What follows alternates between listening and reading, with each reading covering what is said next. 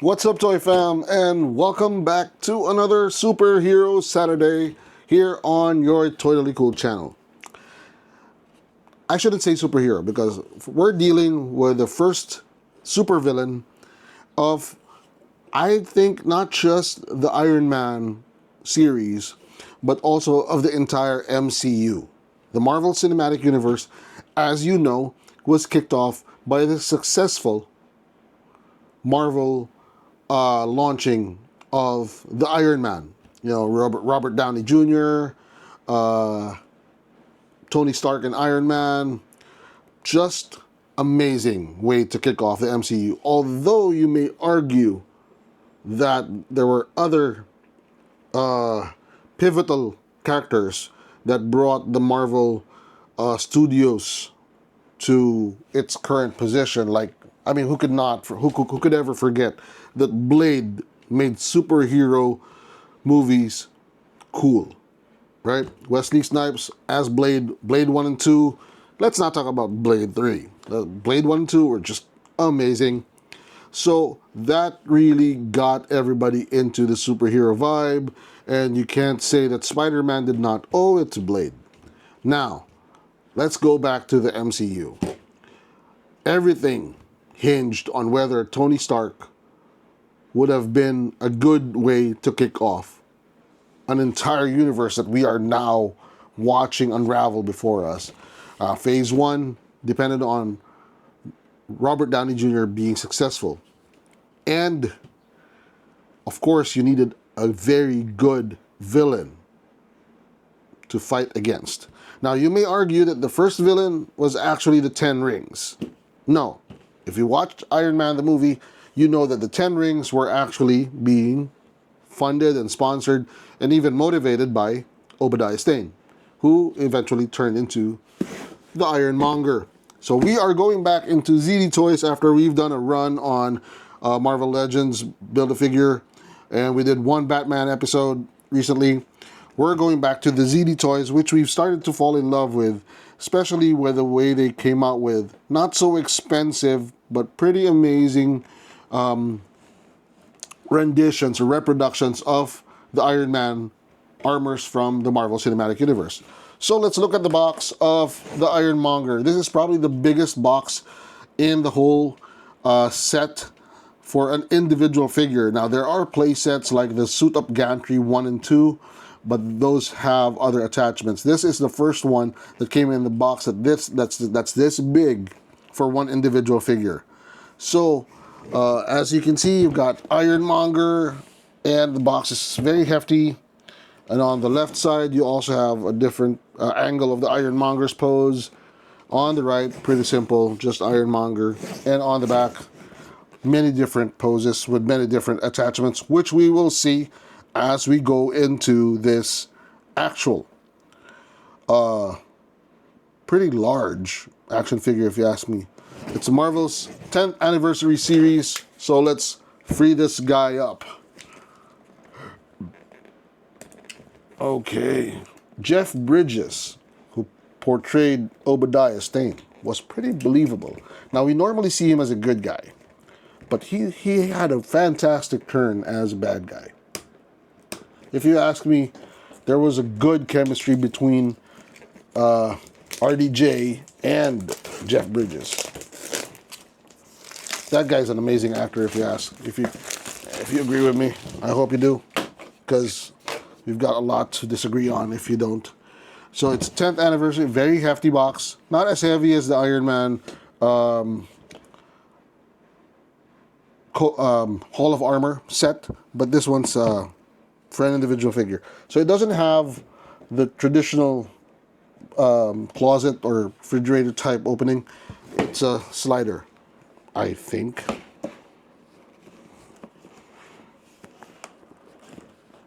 Okay, I may be wrong. How do you open this thing?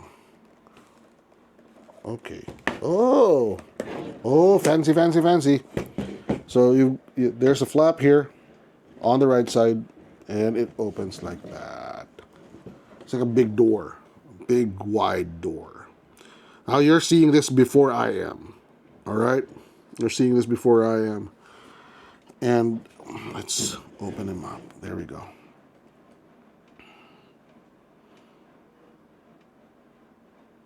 Amazing, right? So on the right, you see all of the attachments and all of the nice detailing. And on the left, you see the actual figure. Let's look at that. On the left is the actual figure.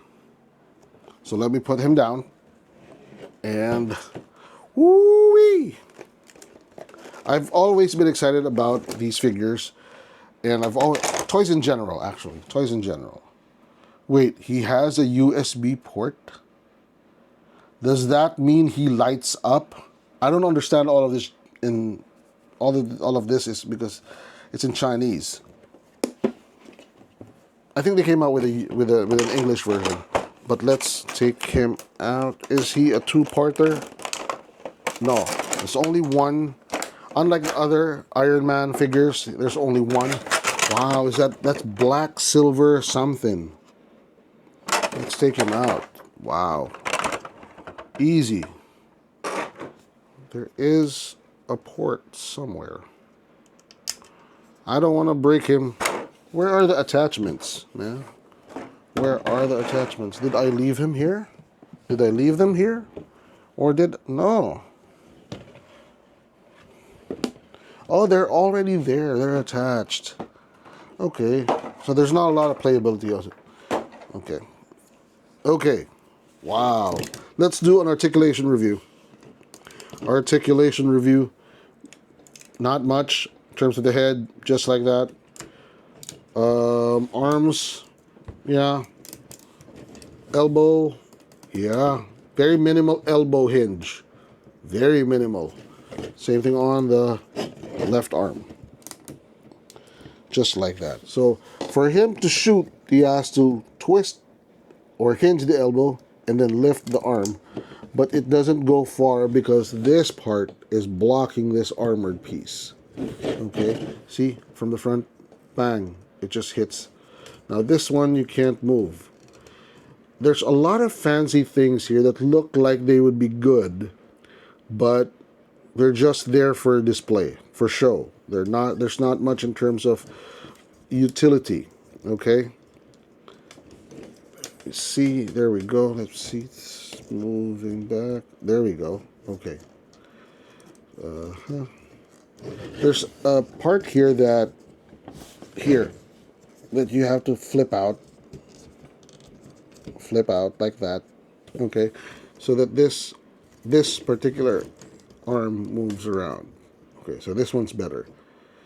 This one's got the machine gun. Okay, so machine gun pointed that way, pointed this way. You can twist the bicep a little bit, and then the hand moves around. Very limited range of motion. Now this one, I don't know if you can move it up. No, you can't. So it really just slams into this, whatever you call this. Can you remove it? I'll try. No, you can't. Okay. Now let's see that the waist twist is also, well, the waist twist is anatomical. It moves to the left. I don't know if it can move to the right. There we go. Okay. Just a little locked up. But you move it to the right, it's okay. Move it to the left, okay. Fine. Yeah, at least the waist twist goes full range. So when we clicked, something was noticeable. When we clicked, the eyes and the arc reactor lit up. I think it's got an internal battery that you can charge because there is a port. I've been exploring this part since we began. I don't know how to open it. Let me see. Okay.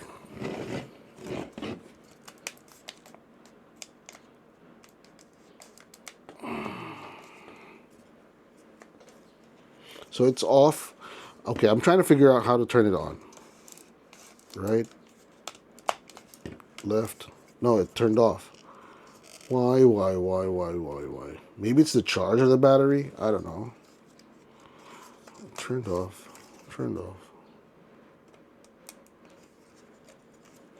There's got to be a switch here somewhere.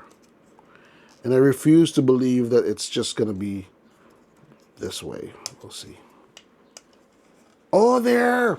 There! That part is a switch. Let me press it. Okay, I'll press it. One more time.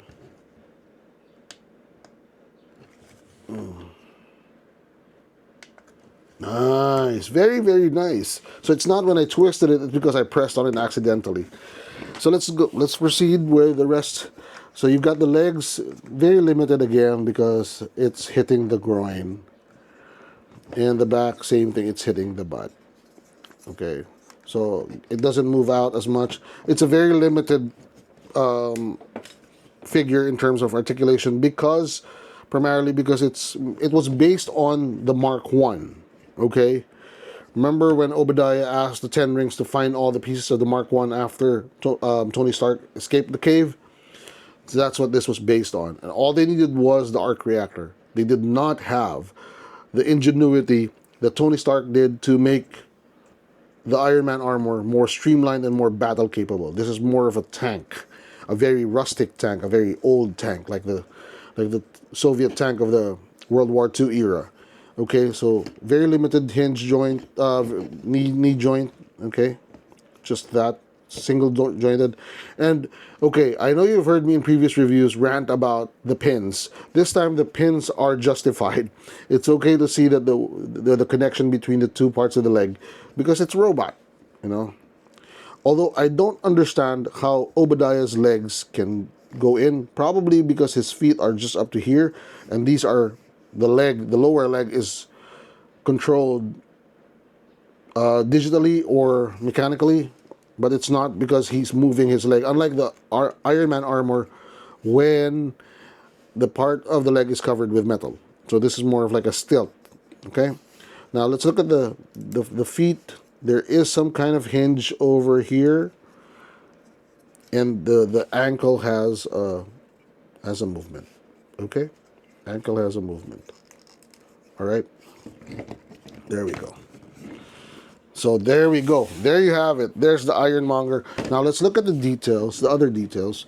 And like I said, there's a machine gun. Looks like a minigun. Okay, minigun, and you've got the ammo belt going into the hand, and then you've got some rockets on the left arm. Okay, but that's as much as he can go. Okay, and then let's again one more time. Light it up. Especially in the dark room, this is going to look nice. Remember that, if you would recall that scene when SHIELD agents were getting into the factory and they were looking for Obadiah, and then all of a sudden, boom, the lights and the arc reactor turns on and it just attacks everybody. That's what I remember with this. Boom. Yeah. With the proper sound effects, that's going to look cool. All right, so let's do a toy review. The box, again, ZD Toys makes an amazing work of the boxes. They're just short of masterpieces. They show you what's inside. They show you what the potential is, and to a certain degree, the toy delivers. Playability, this one is average. You don't have a lot of articulation. There's not much you can do. There are no, you don't see the rockets on the leg that Ironmonger had. Okay, that would have been a nice touch. There are no attachments. There's no second clamshell with the accessories. Only the toy. Okay, and the toys are attached. It would have been fun to attach all of these weapons to him. So playability is very limited. It's kind of average. Shelf appeal is amazing. Again, beside the Mark 1, it's small. Okay, so it really looks like an upgrade to the Mark 1. But beside the Mark 2 and other smaller Iron Man armors, this is going to, I think it's going to fit the scale. That when they're battling, he could really crush the Iron Man, the Tony Stark Iron Man armor from Mark 2 onwards. Okay. And he's also clunky the way he looks at it. So faithfulness to the source material, which is the movie, I'd give it a high rating, a very, very high rating. I'm still trying to figure out where the where the USB plug goes into to charge the battery, because it does have an internal battery. Because the nice touch to this, in terms of shelf appeal or desk appeal, is the light up feature. Now there are other Iron Man ZD toy figures that came out, and they are now available in the market, about 2,000 pesos or even more. I think that's 2,500. Marks 1 to 7, it has the luminous edition, which means that for almost half or 50% top up on the regular figure, you can get one that has the light up feature of the chest and the eyes. Honestly, if you ask me, would I purchase other figures, similar to the ones that I already have, just because they can light up? I'm on the fence, but you do you, up to you. In the meantime, for this one, the price is not that much. It's still within the 3,000 peso range, and for something as big and as imposing as this, I'd go for it, especially if it fits the scale of the other ZD Toys 7-inch figures. So with that ends our toy review. Let's do a final rating. Is he not cool? No. Is he cool, or is he totally cool? I think he's just cool. Now, again, you might have other opinions. Put it in the comment section below. I think he's just cool. Yes, it lights up, but so does my lampshade. So does the stuff in my house. So does my watch, my cell phone. They all light up. The attachments really just bring it down a notch, and the other weapons that should have come with it, the rockets on the boot, could have made it better. So it's just a cool figure. I wouldn't say just. It's a cool figure. It's not a totally cool figure. It's a cool figure. And again, if you're an Iron Man fan, you're gonna need the villains. And this is the first one, not just of the Iron Man series, but I think arguably of the Marvel Cinematic Universe. So with that ends this episode, and we thank you for watching. As always, thank you for your support. Don't forget to hit like. If you like this video, go to our other videos, hit like on all of them too. Don't forget to smash that subscribe button so you'd be part of our growing toy family here at Totally Cool, and hit that bell button so you would not miss out on any future episodes as you're trying to go back into our previous ones. Also follow us on Facebook and TikTok as we're building those channels, and hope to see you in future episodes. Remember guys, toys are not just cool, they're totally cool. So happy collecting. Bye bye.